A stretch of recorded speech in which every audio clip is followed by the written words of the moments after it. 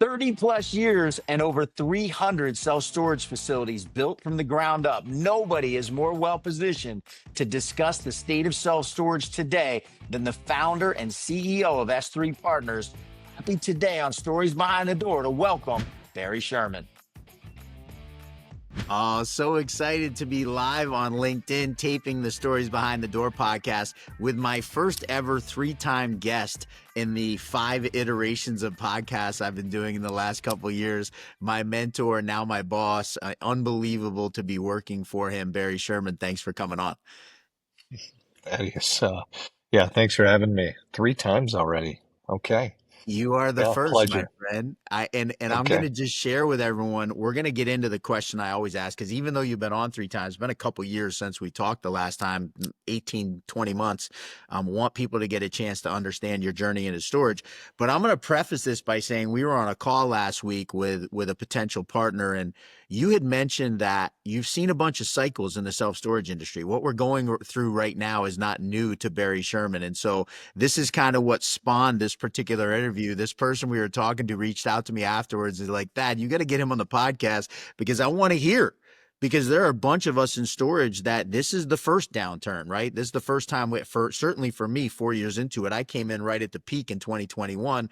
Now we're in 2025. Everyone's kind of trying to figure out if we're on our way out of a dip. Very excited to pick your brain about that. Before we get into that, I'm going to have you give me the 2-minute version of Barry Sherman's journey into self-storage and why you've been around to see, more than one cycle. Let's put it that way.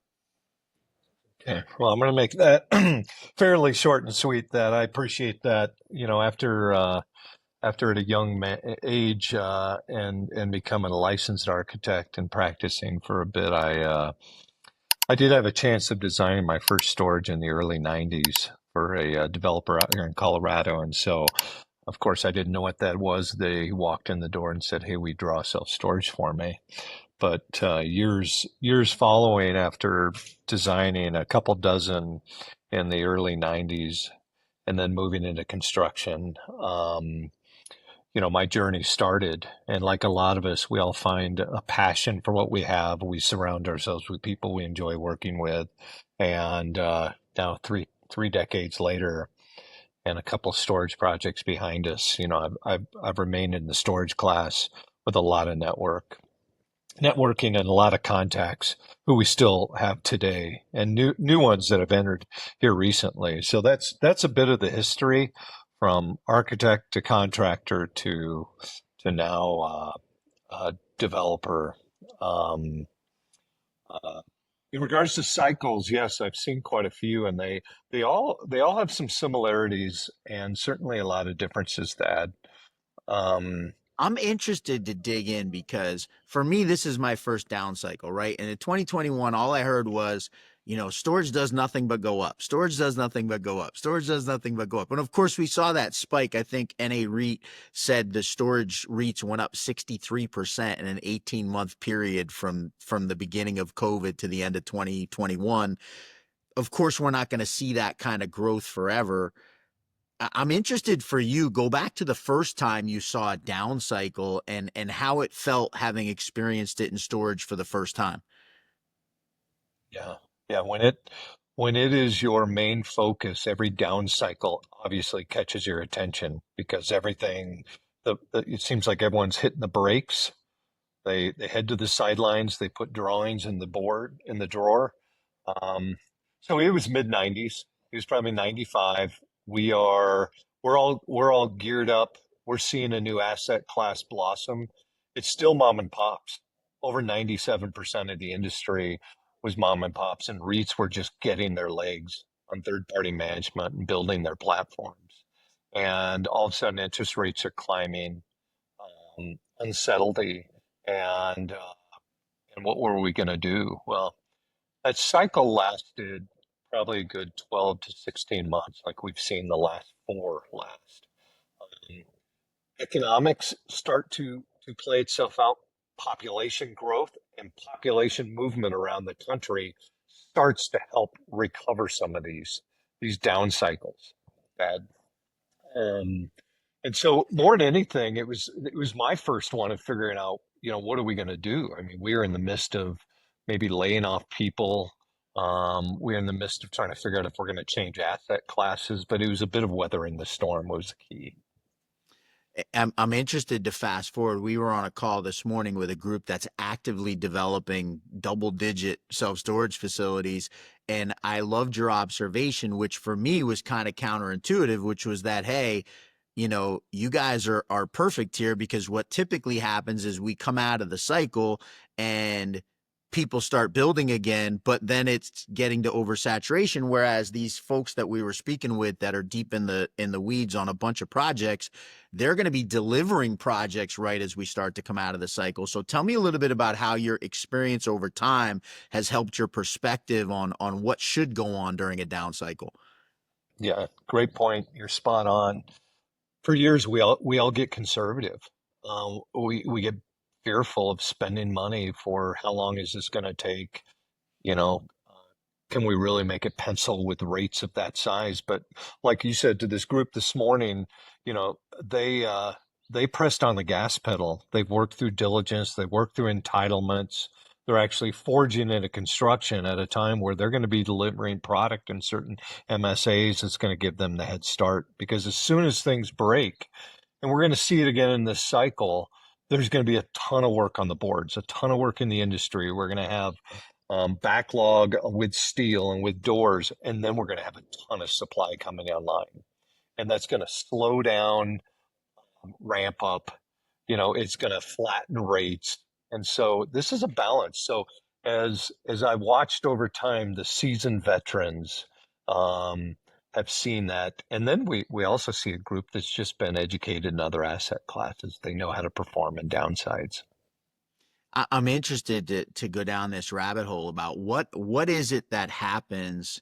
Like, let's circle back to 18, 19, right? The two biggest years of deliveries ever. COVID put a little bit of kibosh on that. 21 and 22 still a little bit down because not much has got started. Not as many projects got started during COVID.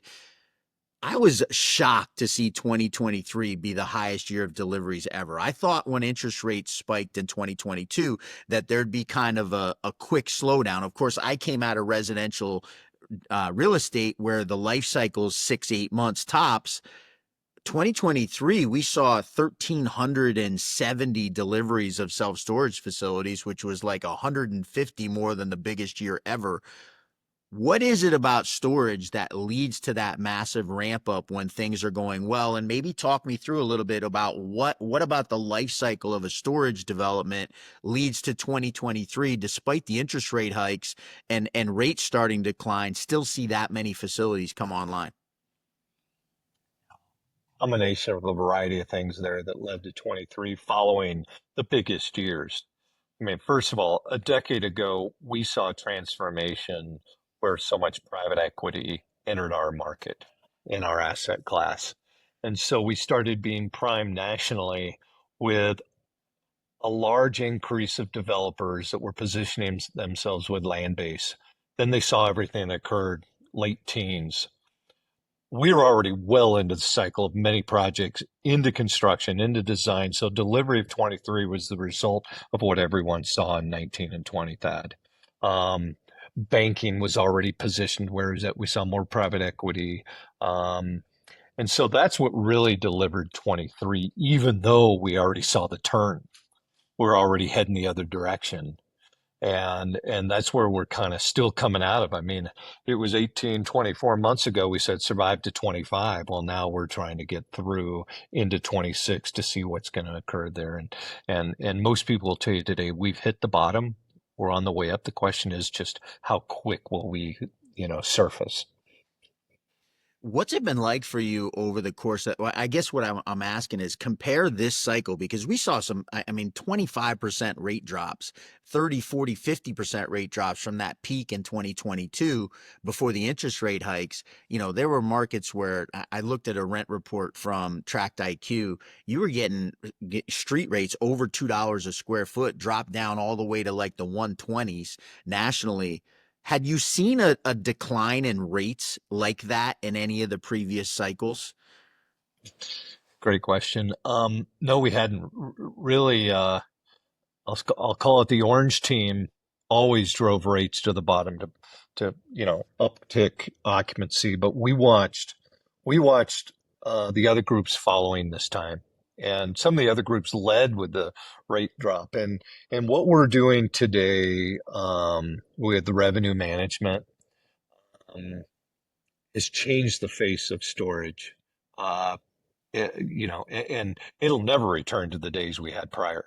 I mean, today what we're doing with dynamic pricing um, has impacted those rates that you're describing, that and what we've seen. Um, this cycle that we're in today, we may have a slower recovery than ever. Where we watched a lot of people still press into the private equity mezz debt funds, I think we've all seen that refi is not as easy as it sounds. And so there needs to be a bit of conservatism in regards to who's going to invest, take the risk to move forward. And I think we're already seeing a lot of people step out of our asset class just in that regards. There's been a bit more trauma in the last 3 years than we've sensed in the last 25 years. Two things. I want to laugh at myself a little bit because you mentioned refis, and I can remember distinctly being in the Win a couple years ago at, I think it was 2022 or 2020. No, it must have been 2023 SSA. And we were doing a mastermind. You were involved with us. This was my old group Legacy. Shout out to Joe and Brian. And I was presenting a deal that we were looking at in Port Charlotte right before the hurricane went through. And I was like, yeah, you're going to be able to do a refi cash out on this deal and pull like $4 million out of it, right? This is before everything went completely sideways. And so I look back, and of course I guess it was September of 2022 is when that happened. And I look back at that and think of how new I was, and how, I guess looking through rose-colored glasses, the view has changed quite a bit from how we were underrating things in 21, 22. Yeah, it is changed. There was a path people were following. For some people, it worked out, and others it did not. So yeah, what a difference to what we're seeing today, Thad. Good news on that deal is the hurricane happened before we closed on that land. So thankfully got out of that deal relatively unscathed in the grand scheme of things. Could have been a lot worse. I want to jump to last week. I was in Denver with you. We had our S3 partner summit for the week and had a vendor summit on Tuesday. You brought in John Sudarth from Buchanan Property Group, and he said something that I thought was fascinating, which is that at 92% occupancy, you as the owner of the facility are able to drive the rates. At 88% occupancy, you're chasing occupancy. And as a relatively new person in this, and I've never, quite frankly, owned a self-storage facility, so I've never really been on that operational side of it. It doesn't seem like that big of a difference between 92% and 88%. It was fascinating to me at that small of a difference in occupancy could create such a divide, because it's really what we saw coming out of COVID, right? We had those high 90 occupancies, then we drop Yeah. back into the 80s, and then all of a sudden we're hearing discount pricing, and ECRI becomes terminology that we're hearing nonstop. Yeah. Yeah, great point. Yeah, it was great to have John in and talk to the team. Um, in certain markets, those 4 points can make a difference. Now, are we talking primary MSAs or secondary markets, and who's our competition between us and the next 5 miles? That's going to determine some of the things you're describing. So we do have that sensitivity out there today that our owners need to keep attentive to, and particularly with their third-party management groups if they're not managing themselves on those points. But there is the platform with revenue management, dynamic pricing, has fine-tuned us so tightly now that we're down where 4 points can absolutely make a difference in what we're doing. So, Not a small difference either, right? We're talking about 10 by 10 units that were listed in 2022 for $175 that all of a sudden are at 70. yeah, yeah, yeah. And that's going to play into the supply curve that we're just talking about here today. What will bring, what will we see in the end of 25 into 26 in regards to your marketplace and where your rates are at today? let alone some of the other jurisdictional and governmental challenges we're seeing with rate caps, etc. We're in a bit of new territory in a lot of areas today in our industry. That I think it's interesting. Your close friend, another gent who was with us at the vendor summit when we were in Denver, was Steve Ross. I had him on the podcast last Friday. It blows my mind that he was at Extra Space when they own 9 facilities, which is sort of hard to fathom for a company that's oh yeah, now in the couple thousand. And listen, it's been 40 years, so it's not been a short amount of time that that's happened, but still an amazing transformation. I say all that to kind of preface. I was talking to Bo Agnello probably 7 months ago now, Christmas time. Bo's the COO of Go Store at Madison Capital Group. And he mentioned something that I thought was fascinating. He said, Thad, if you take out all the facilities in the country that are under 30,000 square feet, REITs and big private equity now own closer to 70% of all the self storage.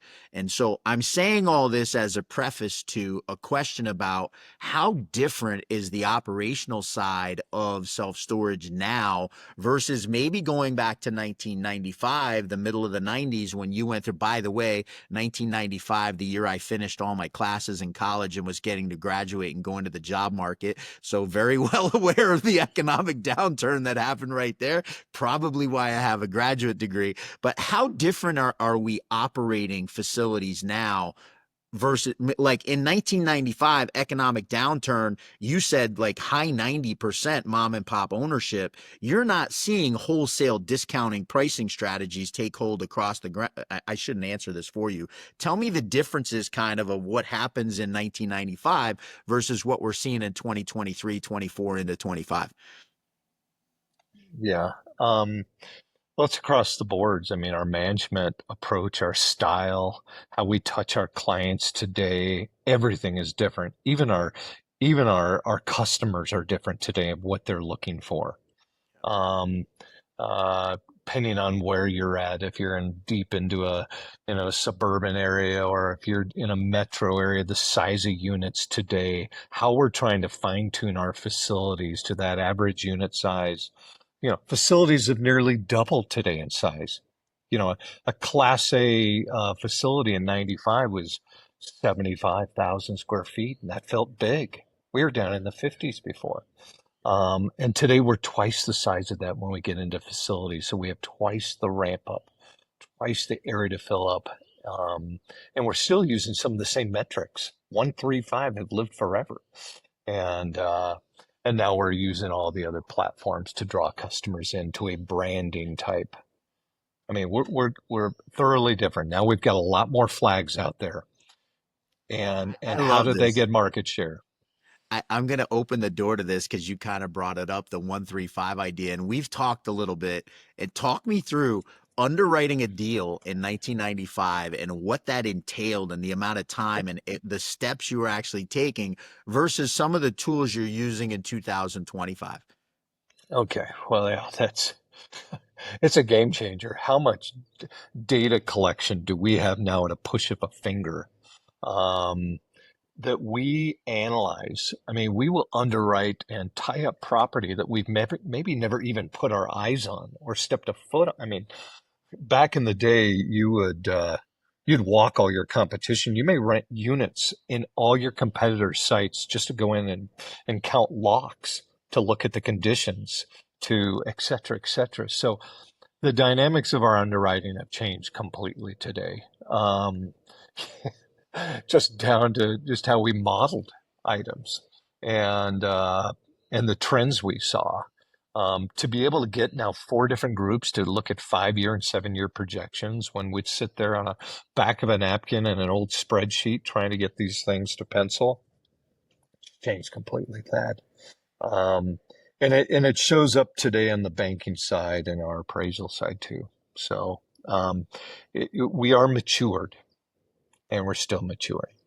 That was interesting. We were talking this morning with a group that's got a bunch of private equity, big money people that they've done business with they've started a lending program because people want to get into self storage. It's like very different than what it was, 20, 30, 40 years ago. Tell me what it was like trying to get a bank to lend on self storage in 1995. I was thinking about that a minute ago in regards to if I would have made notes of all the different banks that came in and out of storage from the 90s. I mean, it was we had insurance companies back at that point. We had big banking names that were the leaders in the industry. Today, that has completely changed. Think about who we think are the banking leaders today. And by the way, we were looking at trying to find a way to bring SBA into storage back then also. Now SBA's been into storage now. That took a bit. Now we've been trying to get PACE financing combined with some of this. So we've gone through a journey of the debt cycles with different debt providers. Today, one of the facts I don't know, Thad, that I'd really like to understand is on our deals, on each deal that's being completed today, how much is conventional debt versus private equity debt? Yep. I think that is an absolute game changer of what we're looking at today. And I think we're going to go through a change in that regards also. Um, Yet another lesson I've learned the hard way over the last 4 years as I've been in this industry. I can remember underwriting deals in 2021, 2022, when you could get 80% of a project from a bank in some instances. 75 was kind of like worst case scenario.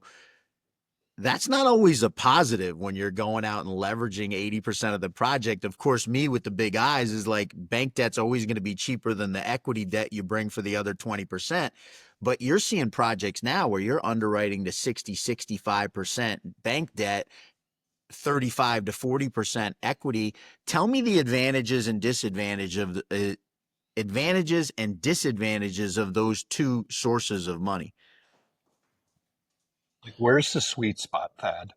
I can either go over leverage up to 80, 85, 90, but when I got rates high, then I got a debt service that's going to be big, and I've got to drive occupancy and I got to drive rates to be able to meet my debt service ratio coverage.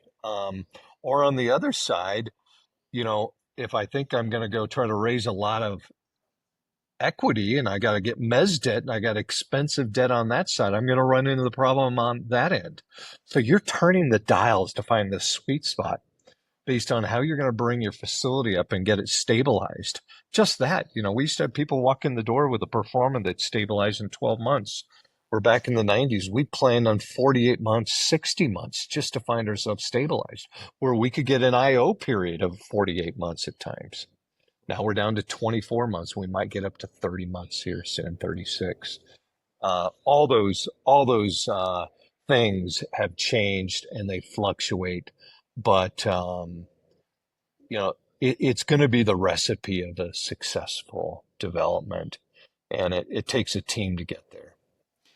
All right, question I've wanted to ask for a little bit. How do you navigate the last couple of years where you mentioned being able to go to CubeSmart, Extra Space, Public? There's a few, a Storage Mart will do it. There's a few other groups where you can go and have them put together a 5 or 7 year pro forma for you on a new site.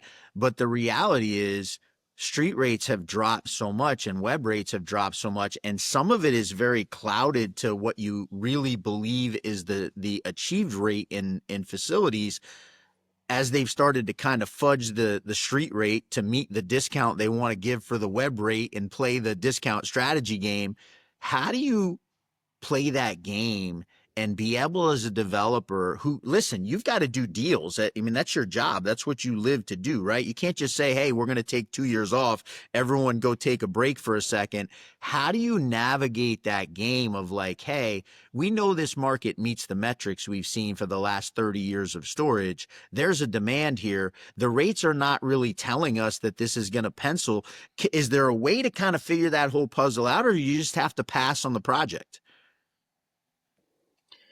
No, great question. I mean, today we've got a lot of assets in our industry, and we've got some great REITs, and we've got a variety of groups that are really trying to project what this crystal ball looks like. What's the next 24 months look like? What's the next 60 months look like based on where we're in the cycle? And taking into account, what are we going to do with dynamic pricing? What are we going to do with the revenue? So today there's a constant effort out there, and I think you've really got to find yourself studying the sensitivity study across the board stats You can get ultra aggressive, you can get ultra conservative, and in that zone, you're likely going to find the recipe that fits right for whom you are as a developer. Because everyone's got a different risk profile. Okay, everyone's got a different risk profile, and we have a chance to work with all types of those individuals. And you know, depending the time of the year you're going to deliver. How many, how many times are we watching a project that's going to open in October and have to face the next 5 months of zero or negative growth? Yeah. If you open, you just get flattened for months until we see the springtime. You know, COVID was the one time where we saw a complete change in the cycle of when we saw rent up. Other than that, it's stayed extremely consistent over the years. Um, Here's my 2 cents there. Well, leads me to another question, which is you mentioned about people in the industry trying to really give as clear a picture as possible. How much more important is it today to leverage the experience and the relationships that you built over 30 plus years in the industry versus 19, 20, 18, 17 when things were going gangbusters? How much more important are those relationships and the ability to really, hey, I can dial someone's phone that answers for me and gives me a clearer picture? Yeah. Um, well, we're extremely fortunate that we've got a lot of friends in the asset class in the industry that we've surrounded ourselves with, and it hits kind of all fronts that because from land acquisition to an extremely talented base of of brokers and bankers. When you're on that front end penciling this thing up, you want as much advice as you can, and you want the people that you can rely on to give that to you. And then it flows from there into the design and engineering side.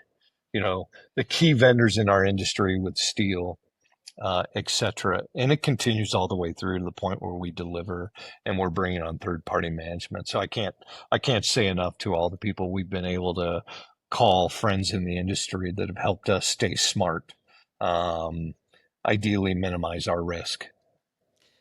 Question I wanted to bring up earlier, and the conversation kind of got away from me. But talk to me from an architect standpoint.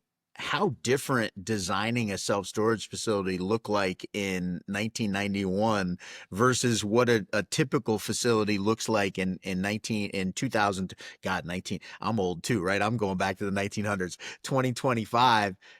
What are some key Yeah. differences, maybe design layout, but then also a little bit on the amenity side of it? Because there's been some massive changes on that side as well. Yeah. Um, Well, it's just like everything. It's evolved. I mean, we've moved out of industrial parks to main and main. So we've brought aesthetics and architecture, and there's more glazing on facilities than ever today. We've got 5, 6, 7 story, climate control facilities. We're two floors underground. And, what that's done is, we've had to accommodate the changes in the building code also. We've moved from unsprinkled facilities now to sprinkled facilities over 2,500 square feet. We've got drive up door, units climate controlled today. So we've matured in this area also. We have really perfected some of our steel structures in the multi-story area today. We've got more lean and mean on our light gauge. We're building quicker than ever. So as an architect, you take that all into account. Today, we're using full Revit, blue beam sessions to try to minimize um, conflicts on drawings. We're designing quicker.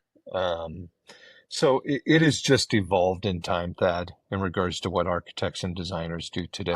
I'm And, interested to know this. Did CAD exist when you were coming out of University of oh, I Colorado? I figured you might ask that. No, I it got it introduced started to with, it in the mid '90s when I was at Tufts yeah, University and happened to have an architect in yeah, my group of friends. But I graduated. I asked this question because I graduated college and never had an email address, right? And yeah, it's so hard to fathom. Now that was 1996 when I finally walked. I mean, it's hard to fathom now today that 30 years ago this stuff didn't exist. Like it was a figment yeah, of our imagination. yeah. it was Mylar and a pen. And yeah, we had a single CAD station in our architectural department at CU. So we came out of that. And of course, today, you know, we're plugging a set of plans into, forgive me for saying this, Chat GBT for a code analysis today. Yeah. And so who knows what the future has for us in regards to delivery of documents and coordination, but it's ever changing like everything else. So great question. Thanks for dating me there a bit, Thad. I dated myself too. I tried to group myself. Well, listen, we're of an age almost, so we're like in the same decade. That's okay. I can make fun of myself too. I had a couple more questions I want to finish with. We're at the half hour mark, so I'm going to try to be quick. I got a chance to hang out with you last week, and I got to tell you, like, it's mind blowing for me. And I know maybe you don't understand it because you live it and you're doing it every day, and you don't see everybody else. But you're in mountain time. You do a lot of business on the East Coast. You're literally on meetings. We were on a meeting at 5:15 mountain time last Friday morning. And then I get emails from you at 2 o'clock in the morning, East Coast time. How do you keep the pace that you keep in your life in business and be able to just produce as much as you produce? Um, well, it's a balance of things. First of all, it starts with a passion. If I didn't enjoy what I'm doing as much as I do, I don't think I'd put the time and effort into it. I'm surrounded by a great team. Like you said, we had the entire group in here in Denver at the summit. We had a ton of our trade partners here, just solid. So each day that I get up, I'm surrounded with some good people. The energy's there. You know, I'm trying to keep this body going. I'm running miles and trying to take care of it that way too. But How many steps did you get in last year? oh, I'm trying to, each year my wife and I are trying to meet the year. So we try to get in 2024 miles last year. I came a Nice. little short of that, but I don't know how many steps that is. But You were I somewhere try to keep. around 1,000 miles though.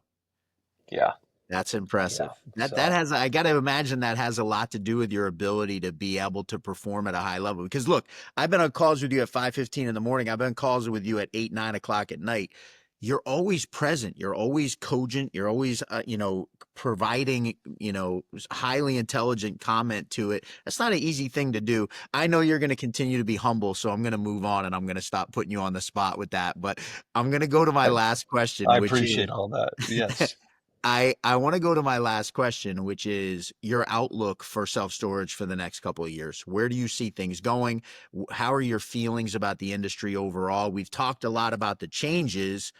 How do you feel about what's coming for the next couple of years? Yeah. It's a great question, and it's a bit of a tough question. I think that we're going to see an overall decline in the amount of facilities that are built. I think the quality of the facilities are going to continue to increase. I think they're going to be extremely strategic in key markets where we're watching growth. I think we're going to see some of the change in our product type. We're going to see a lot more mixed use opportunities in certain areas. And we're probably going to see where what's left of our, forgive me, Class C mom and pop facilities are going to continue to transform, value add, and they're going to be a bit reinvented.